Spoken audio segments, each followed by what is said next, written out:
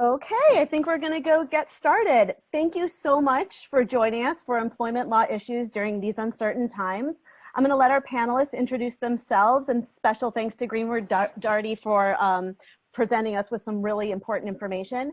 My name is Sarah Feingold, and I'm a co-founder of The Fourth Floor.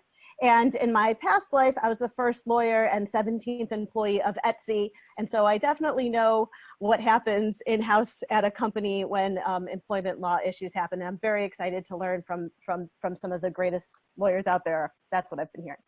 Anyway, for those of you who are not familiar, The Fourth Floor is a female-focused entrepreneurial ecosystem that facilitates advisory board opportunities between startups and general counsel and industry leaders who are looking to start their board careers. And we'll talk a little bit more about The Fourth Floor and some upcoming programming we have at the end. But I would love it for Joel and Jessica and Devorah to take it away and teach us about employment law issues in the current pandemic. Thanks. Thanks, really appreciate it, Sarah. Appreciate The Fourth Floor for having us. My name is Joel Greenwald. I'm the managing partner of Greenwald Doherty.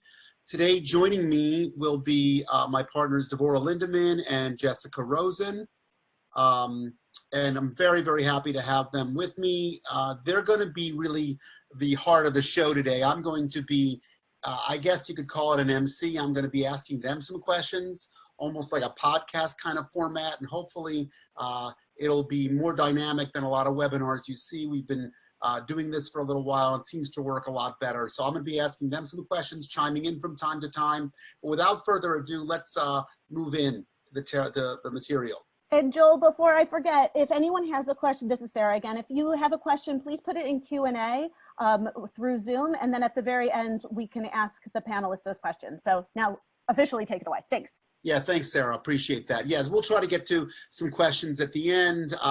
We're going to try to run through this and give as much time as we need. And like I said, a lot of it's going to be a Q&A format anyway, so hopefully you'll hear it. And these are really culled from some of the most common questions we get from our clients. We are an employment and labor law firm that only represents the business community. We don't represent individuals, and we've just been hearing from clients left and right over the last couple of weeks.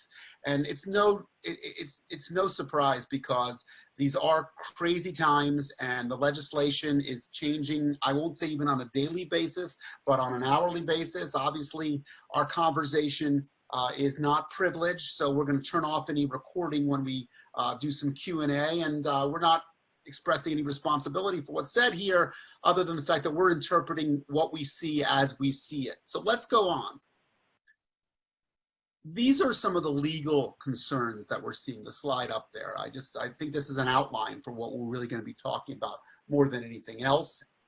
I think that we're seeing these two basic categories more than anything else. We're seeing the financial concerns that employers are having and the legal implications of those concerns concerning their staff. Should they be reducing staff? Should they be keeping staff? Should they be firing them, laying them off, furloughing? What's the difference between all those terms? We'll get into that. Should they be reducing salary? Should they be reducing hourly pay? Should they be reducing hours of work? We'll get into that as well. And then, you've got a lot of issues now with some of the loans and some of the potential with the CARES Act, and some of the loans that are potentially forgivable, but they're somewhat contingent on your staffing issues. So how you staff your company is going to make a big difference on whether or not you're going to be forgiven, and whether or not you even really want to be forgiven, or that's going to motivate you to potentially use a loan in a certain way. And there's some big implications there as well. And then we're also going to talk quite a bit towards the latter part of our discussion about the employer's obligation to give and to pay for employee leave. There's an awful lot of businesses that are no longer functioning. There are some businesses that are essential that are opening. Either way, within certain businesses, some people are on leaves for certain reasons. Some people are being paid. Some people are not being paid. It's all very, very confusing. So we'll try to sort that out. I'd say for the first part of our discussion, we're going to be leaning on the knowledge of Jessica Rosen more, and I think for the latter part of the discussion, we're going to be leaning more on the knowledge of Devorah Lindeman. Let's start to kick it off right now. So let's talk about some downsizing options. And Jessica, I'd like to talk to you first if I could. So when reducing people's work time and their potential pay as well, are there wage and hour legal concerns in general that employer maybe has? Yeah, so there are, overtime concerns. Anytime you change the pay rate of an employee, there's a few key issues to look at. So overtime and wage and hour laws are a concern. And I think also it's really important to ensure you put expectations about those changes in writing, both because the law sometimes requires it and also because it's a best practice and helps you operate. Good. And when we're putting stuff in writing, we're also concerned, I guess, with the Wage Theft Prevention Notice Act. The idea of giving people potential notice in writing under the law if we're going to be potentially changing whether they're exempt and non-exempt. So let's talk about that for a second, too.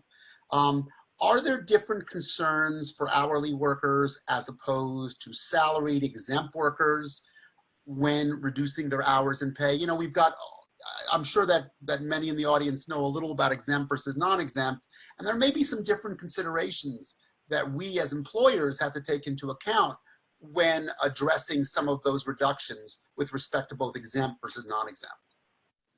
Sure. So first talking about hourly employees, because it tends to be somewhat more straightforward. And those are generally employees who are non-exempt from overtime.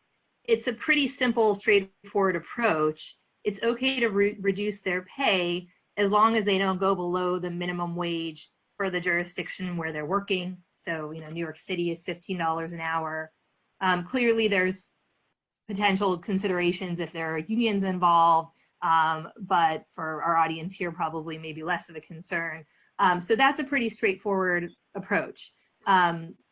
With regard to employees who are treated as exempt from overtime, in other words, people who companies treat as not entitled to overtime, without getting into the specifics, the law looks at basically a two-part test for most types of exemptions, that the employees meet a minimum salary threshold and their duties fit within one of a number of exemptions. Generally, it's reserved for the higher levels of the business, management type roles and people in high level administration of a business. So in that sense, when you reduce the pay rate, it's really important to be mindful of those salary minimum thresholds. Under the federal law, that's $684 a week. Here in New York, that's $1,125 a week. Jurisdictions around the nation vary, but it's important to look at, if you bring, let's say you're going to do a 15% cut, is that going to bring some population of employees that are treated as exempt from overtime at or under those thresholds? And so there's, some considerations when looking at how to structure that.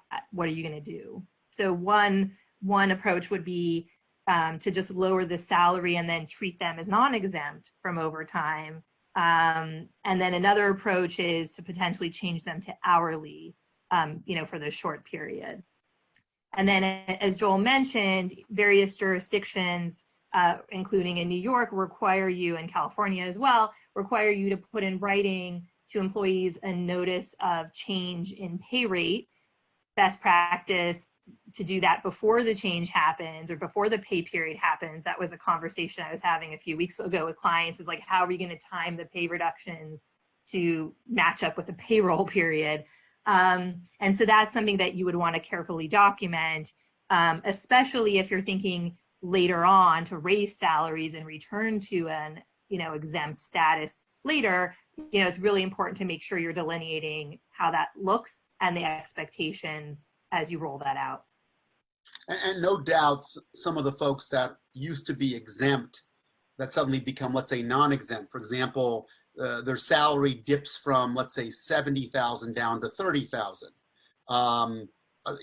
Part of the issues with them probably is that there's this feeling that now I'm getting overtime. I used to be a white-collar worker. Now I'm feeling a little like a blue-collar worker.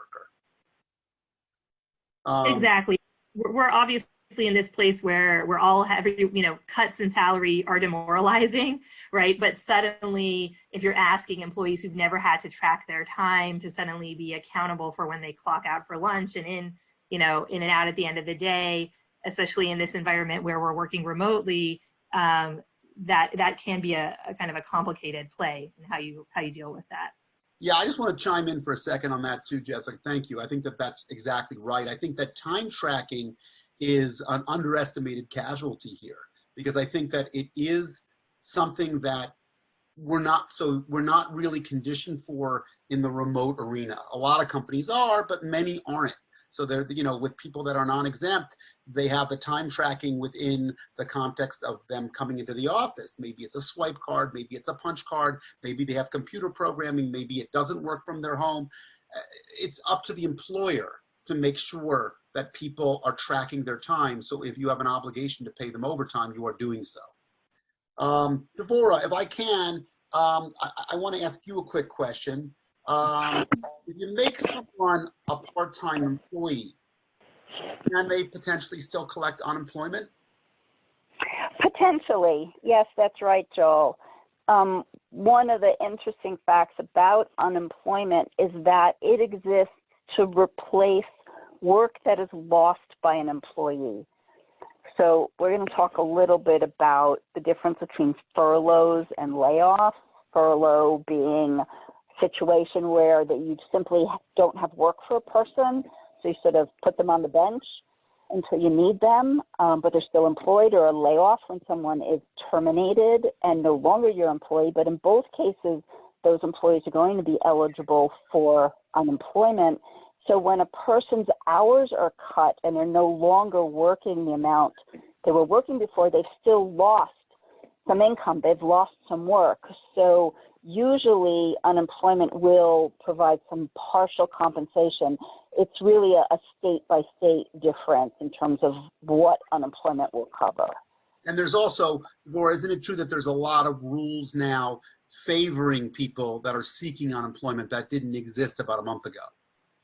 That's absolutely true with the federal pandemic unemployment assistance, that people that weren't eligible for unemployment before in certain nonprofits, people who are independent contractors, sole proprietors, all sorts of individuals are now eligible to apply for unemployment where they couldn't before.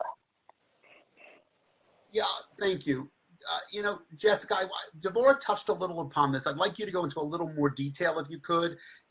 Could you just distinguish, if you can, a little more on how a layoff differs from a furlough? I understand that a layoff certainly seems more permanent to an employee and actually is, in a sense, than a furlough, but just what are the implications between those two actions that an employer may take? Yeah, absolutely. And this, furlough is something that, again, a month ago, I was talking about with clients. It's something that historically is discussed in the context of a government, right? But it hasn't really come up in recent memory for businesses, for private businesses. They both connotate a non-work environment. And as Devorah mentioned, in either case, an employee could be eligible for unemployment. A furlough is essentially the equivalent of an unpaid leave of absence, where the employee retains his or her job, but doesn't have a salary or work to be done. A layoff, as you mentioned, seems more permanent. It's an official ending of the relationship. And I think now, again, with changes to unemployment, it seems that you could get both, but a layoff kind of seems like a clearer end. There are different implications depending on how you treat them. If it's a layoff, essentially it's a termination, and you need to treat it like any other termination. So if your company policy, at least here in New York, or other jurisdictions, you would look to, for example, whether you need to pay out someone's paid time off. If a company policy here in New York doesn't require an employee, doesn't basically forfeit paid time off upon termination, and the law doesn't provide otherwise, you essentially need to pay off potentially a huge bank of paid time off on a layoff. And then with regard to health insurance, what was the standard a month ago has somewhat changed as well, where more and more companies are doing these furloughs. And so there may be a question about whether health insurance needs to end and whether you need to offer COBRA. I'm seeing increasingly, including with a layoff I'm helping with right now, that even in a layoff situation, some insurance companies are saying, you know what, you can just keep them as covered until the end of June, and it kind of saves everyone paperwork. But, you know, as potentially a layoff versus a furlough could implicate a coverage change for health insurance purposes. And then in addition, there may be requirements under each state law or even potential local law with regard to paperwork that needs to be done. So in addition to health enrollment, you might need to give notice in writing of the termination and end of health benefits or 401k rollover. And, you know, even if someone is still an employee, you know, under the furlough situation, they're, you know, by communicating that there is a furlough, as opposed to sort of like not assigning people work, but actually affirmatively communicating that, it does create some break as well, a little bit of a sort of mental break with respect to the relationship. And then there are also considerations in terms of if it is a layoff, like, are you going to offer a severance agreement? So I don't know if, Joel, you want to chime in on any of that. One of the things before we move on to severance for a second, one of the thoughts that I have on what you said with respect to COBRA and how insurance is being treated, it's probably a safe thing, Jessica, to always check with the insurance broker as well. That's right. You know, I think that you just to see how things are being treated and everything, because they're getting information that maybe legal counsel also isn't. On a different plan, but also with respect to severance, you know, our experience, I suppose, is that, you know, historically, when you give severance to somebody for a certain amount of time, that's good and honest consideration. The idea is that you're giving them a severance agreement and a release, and it's, you know, in this situation that we're going through now, where there are mass layoffs. A lot of times people are giving very little in terms of severance, and because of that, they're potentially not always getting releases. Obviously, if you have concern, genuine concern, it's always safest to get a release, but it really is not it's not a clear answer, and I think you have to look at it as a case-by-case basis. Like, for example, if you have an employer that's just giving somebody, you know, a couple of months of COBRA coverage, or insurance coverage while they're laid off, they're not necessarily going to be getting release. But if there's a more permanent amount, there's a more permanent connotation to what you're doing, and there's a feeling that there may be some problems, or if you're giving really a more substantial amount, you may want to release. I think that that's something you really would, as an in-house counsel, it's not always an easy decision, and if you're not counsel here and you want to consult with counsel, I think that you want to make those decisions carefully. Devorah, your thoughts on that, and also if you could chime in on the WARN Act and how it may apply here. Sure. Just briefly on the severance issue, I think in these very interesting times that we're navigating, a lot of companies are doing layoffs, furloughs, cutting hours for financial considerations. So severance really isn't often on the table. It's just not financially possible. Also, if you're considering bringing this workforce back, you don't necessarily want to give them a document that makes it seem like this is a final termination of their employment. They're waiving all claims. They're going off into the world. I don't think that's a message you want to send to employees that you anticipate bringing back. So those are my thoughts about severance, but definitely I agree that it's something to consult with counsel if there are any legal concerns about a particular layoff or termination. But looking at your next question, Joel, about WARN, that stands for the Worker Adjustment and Retraining Notification Act. There's both a federal WARN statute and a New York State and a number of other states like New Jersey have local smaller WARN statutes that apply to smaller companies. Basically what WARN is, is that if a company in New York is shutting the factory and moving to North Carolina and laying off a whole lot of people that they dump into the workforce, the Department of Labor wants to know, because the Department of Labor makes itself available for retraining, job assistance, job placement, all kinds of services. A month ago, before this whole situation when everybody was dumping their employees into the workforce. So the thing is, these laws still exist, and what they are notice requirements that companies that are laying off large portions of their workforce or their whole workforce, reducing hours for large portions of their workforce, have certain notice obligations. The federal statute applies to companies with 100 or more full-time employees, and the New York statute applies to companies with 50 or more full-time employees. So a company has to be fairly large to be covered. And basically, as I said, what it requires is notice to the employees and to the Department of Labor that these layoffs are happening, and here's your information about your retraining, your services through the Department of Labor, and your unemployment opportunities and Department of Labor. Here are the people that are being laid off so you can reach out to them and help them. Quite honestly, I've got no idea what the Department of Labor is doing with FOR notices nowadays, but the laws have not been suspended. All right. Let's move on, if we can, to the CARES Act. Jessica, you know, our firm's been very involved on some level with this act because a lot of it really doesn't touch on employment law, and it's more corporate or specifically business advisory. And, you know, many of the folks that are even calling us to ask us specific questions are CFOs and accountants and people within the business sector, because there is a payroll component, specifically talking about the PPP, which is the Paycheck Protection Program, which are loans for smaller businesses below 500, but in many instances it's for businesses that could be above 500.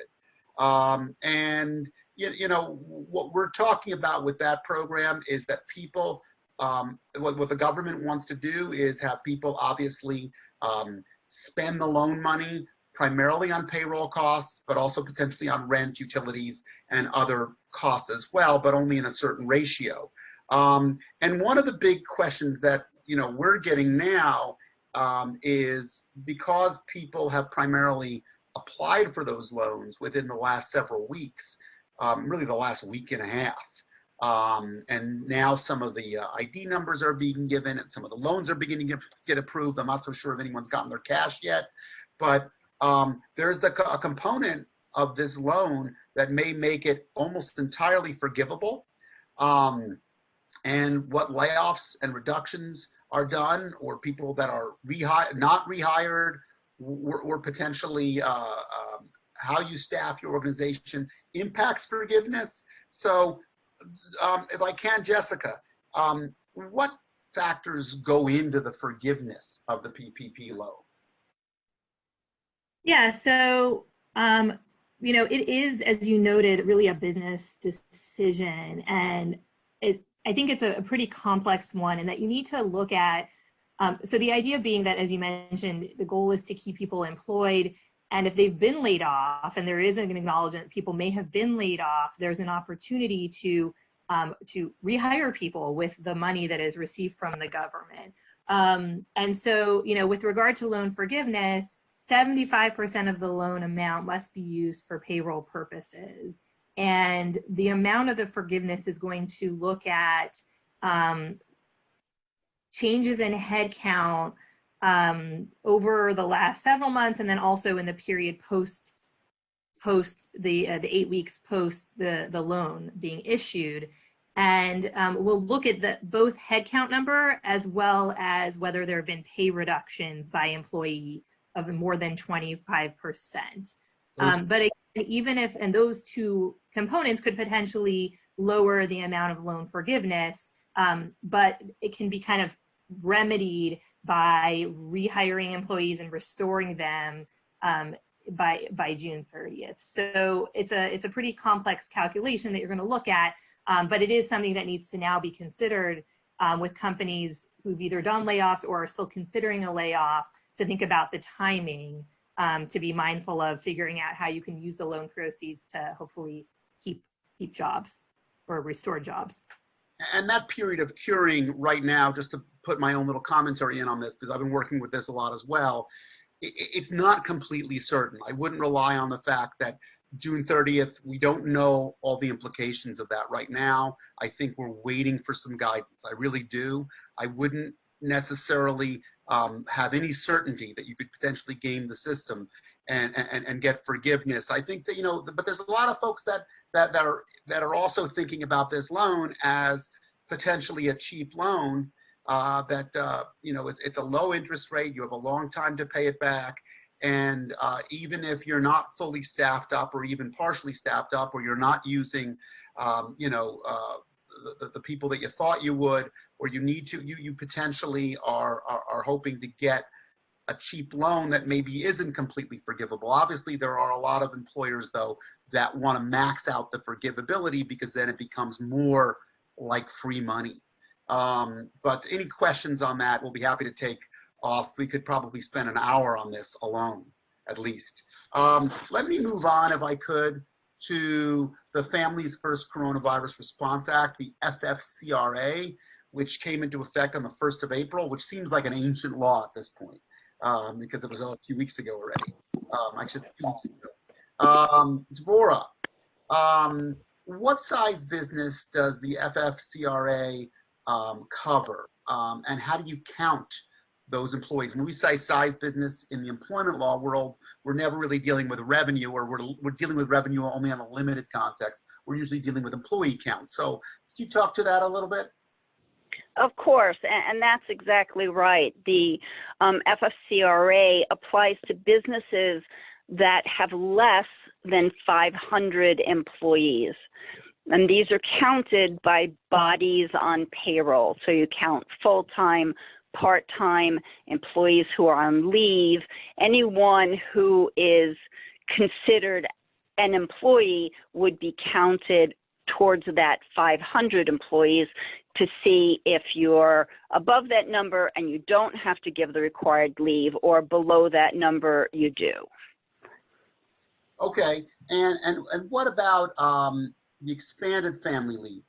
What extra pay do people get? Both, I know it's complicated, so I know people are able to get potentially extra pay both in the first 2 weeks of leave, and then others for the remaining 10 weeks. Can you please talk to that? Of course. So there's two different types of leave under the FFCRA that these mid-size, I'll call them, businesses need to provide. And one is the paid sick leave, where there's a host of reasons that a person might be entitled to this leave. And then there's the expanded FMLA leave, which provides up to 12 weeks of leave for one particular reason, and that is only if the employee's childcare or school or usual child care provider is unavailable for reasons due to COVID-19. These 12 weeks of leave are available between April 1st and December 31st, which is when the law sunsets, and it's only available for this particular reason. Under the expanded FMLA, the first 2 weeks of this 12-week period are unpaid, and the remaining 10 weeks are paid. They structured the law in a way because the paid sick leave portion of the act, which provides for leave if an employee themselves has COVID-19 or tested positive, or the employee is taking care of someone who has COVID-19 or tested positive, or if the employee's child, school, or daycare is unavailable, but it only provides for up to 2 weeks of leave, as many hours as the employee would normally work in 2 weeks. I don't want to get into how that's counted, it's complicated, But the point is that even though the first 2 weeks of the expanded FMLA's 12 weeks is technically unpaid, if the employee has the paid sick leave available, those 2 weeks sort of fall into place there to provide for pay for 12 weeks during the closure of the daycare or school.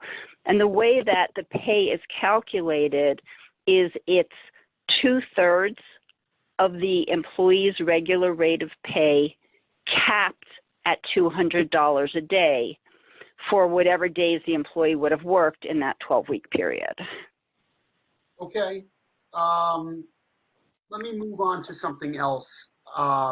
What exemption is available for employers with less than 50 employees? There is an exemption for smaller employers with less than 50 employees, as you mentioned, and that is something that the employer needs to determine on their own.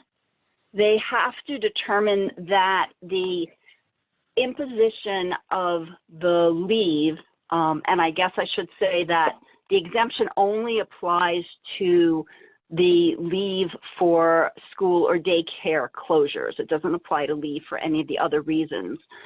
So it applies to that 12 weeks of leave. If providing the leave would jeopardize the viability of the business as a going concern, in order to claim the exemption, someone at the business themselves has to do this particular analysis, and they need to determine that the leave would result in financial hardship to the business, or that the absence of this particular employee who requested leave would also harm the business in some way, or that there's no one to cover this employee if the leave were granted.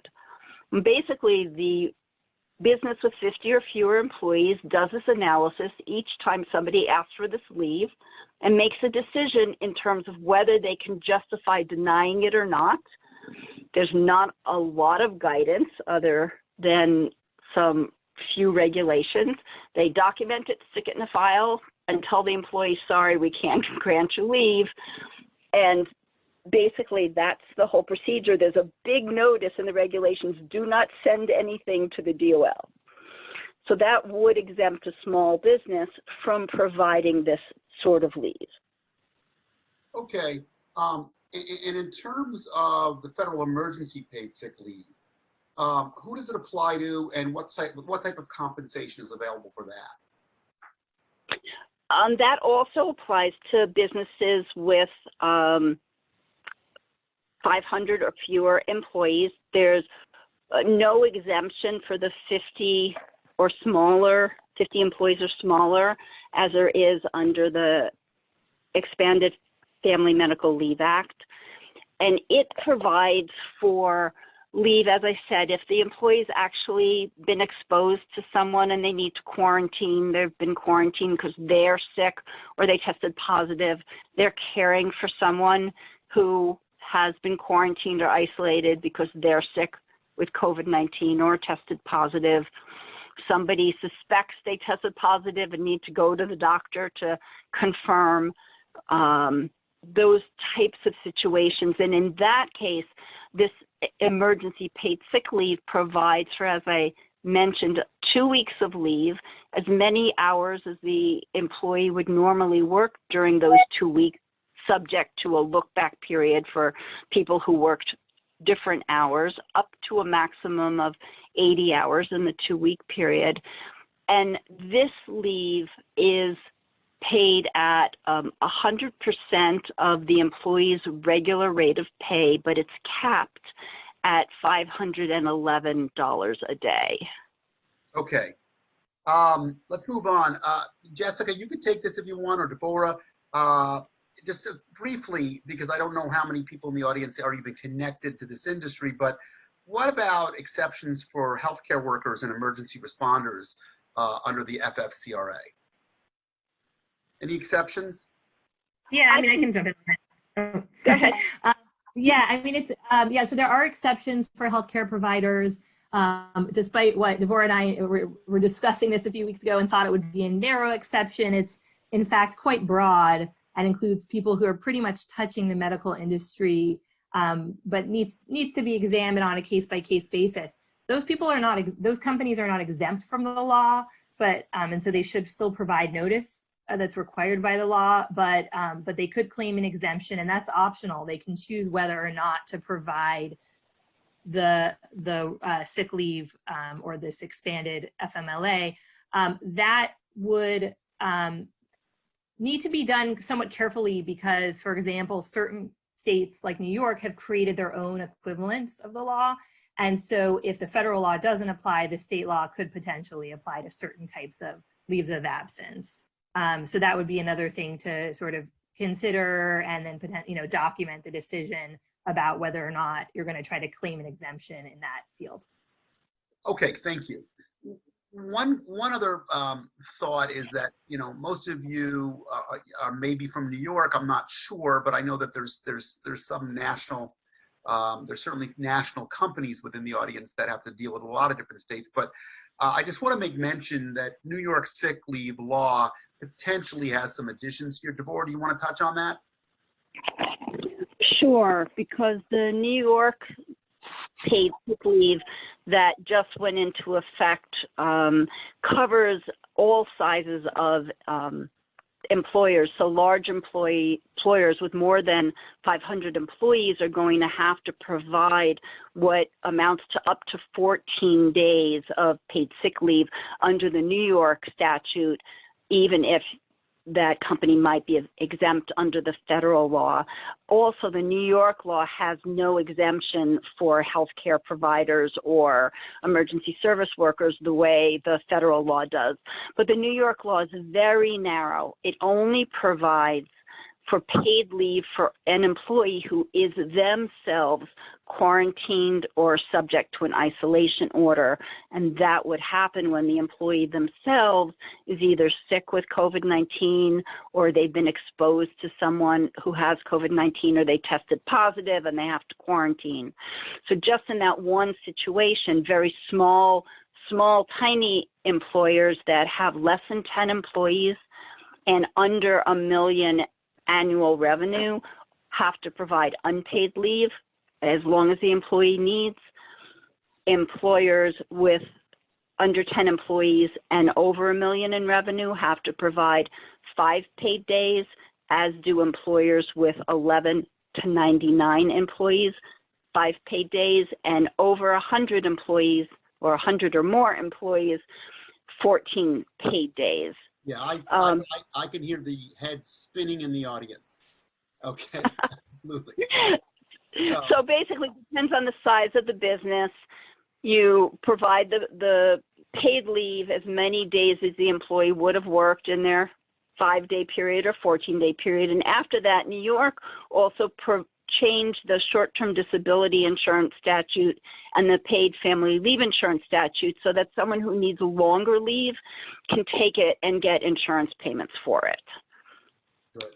Okay, and so we're going to wrap up and take some questions in a few moments, but I just want to make mention of the fact that one of the things that we see happening over the last month is that we're being used early and often, which I think is good. I think using outside employment counsel has been something that we've often recommended, and it's hard to really master all the specifics of all these laws. So we're really comfortable providing this kind of advice, but we're working with other advisors too. In other words, sometimes a company needs their CFO or their accounting department because, like we were talking about the CARES Act, there's so many different components in making decisions.